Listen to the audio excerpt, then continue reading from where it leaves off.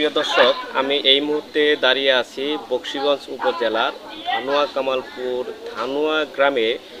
এই এলজিডি রাস্তার উপর থেকে আপনাদের এই আজকের যে এখানে একটি অর্থাৎ আমি বলবো যে অবহেলিত একটি রাস্তা, যেখানে বারবার এই রাস্তা নিয়ে বিভিন্ন প্রতিবেদন বা বিভিন্ন নিউজ প্রকাশ করার পরেও কর্তৃপক্ষের টনক নড়ছে না। এই বিষয়টি নিয়ে আমরা এখানে যে স্থানীয় লোকজন রয়েছে তাদের সাথে বহুবার কথা বলেছি।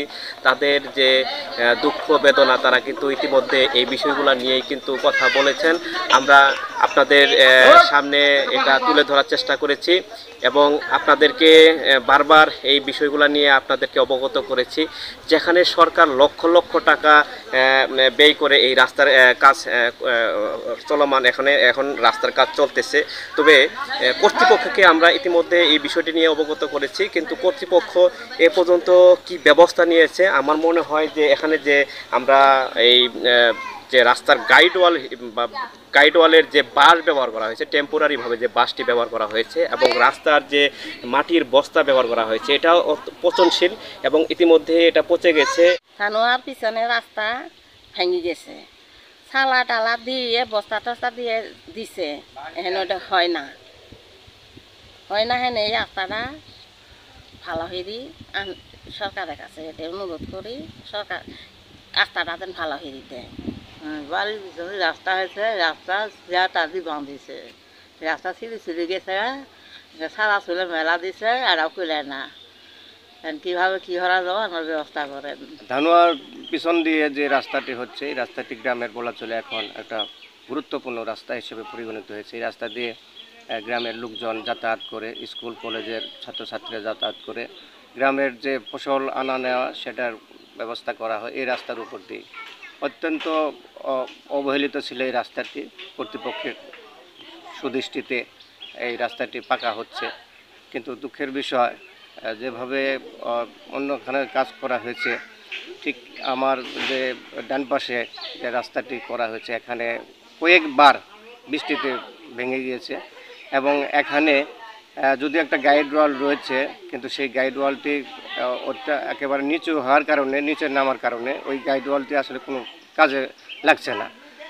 এখন সেই আরেকটা গাইড ওয়ালের প্রয়োজন। সেই গাইড ওয়ালের পরিবর্তে এখন আমরা দেখতে পাচ্ছি যে বস্তা ব্যবহার করা হয়েছে, বাঁশ ব্যবহার করেছে, জিআই তার ব্যবহার করা হয়েছে, যেগুলো পচনশীল। আমার মনে হয় 6 মাসের মধ্যে এগুলো পচে নষ্ট হয়ে যাবে। ইতিমধ্যেই কন্ট্রাক্টর কাজ শেষ করে তারা বিল নিয়েও চলে যাবে, কিন্তু আমাদের যে দুর্ভোগ, সেই দুর্ভোগ কিন্তু থাকবেই। আমরা এই বিষয়ে কর্তৃপক্ষের দৃষ্টি আকর্ষণ করছি, এই বস্তার পরিবর্তে, বাঁশের পরিবর্তে যেন এখানে একটা সুন্দর গাইডওয়াল করে এটাকে একেবারে স্থায়ী করা হয়, সেই ব্যবস্থা করার জন্য আমি কর্তৃপক্ষের দৃষ্টি আকর্ষণ করছি। রাস্তার যে গাছগুলো রয়েছে, এই গাছের সঙ্গে কিন্তু জিআই তার বেঁধে এখানে এই বাঁশগুলা টানা দেওয়া হয়েছে। আমি এই বিষয়টি নিয়ে অত্যন্ত দুঃখ প্রকাশ করছি যে এখানে যারা আপনারা স্বচক্ষে যদি এই বিষয়গুলো না দেখেন তাহলে কিন্তু বুঝতে পারবেন না।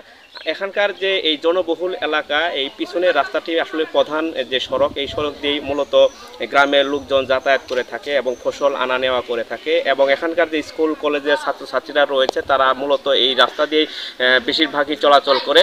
তবে এই রাস্তার যে মেন যেটা বিষয় হচ্ছে, আপনাদেরকে আরেকটি বিষয় জানিয়ে রাখি, এখানে কিন্তু আমার পিছনেই কিন্তু মুক্তিযোদ্ধার গণকবর রয়েছে। এই রাস্তায় আসলে মূলত এই গণকবর দেখার জন্য কিন্তু এই রাস্তা দিয়ে প্রতিনিয়ত বিভিন্ন অঞ্চল থেকে লোকজন আসলে এসে থাকেন। তবে দর্শক, আমি এই জায়গা থেকে কিন্তু আপনাদের এই রাস্তার যে প্রেক্ষাপট আমি বহুবার এই বিষয় নিয়ে আপনাদের সাথে তুলে ধরার চেষ্টা করেছি। আশা করি এই বিষয়টি নিয়ে কর্তৃপক্ষ নেক নজর দিবেন এবং যথাযথ ব্যবস্থা নেবেন দ্রুত সময়ের মধ্যে। আমি মোহাম্মদ ইলিয়াস শাহ, সবাই ভালো থাকবেন, সুস্থ থাকবেন এই বলে বাংলা52news.com এর পক্ষ থেকে, অর্থাৎ বাংলা52 টিভির পক্ষ থেকে সবাইকে আন্তরিক শুভেচ্ছা জানিয়ে আজকের মতো বিদায় নিচ্ছি। আসসালামু আলাইকুম।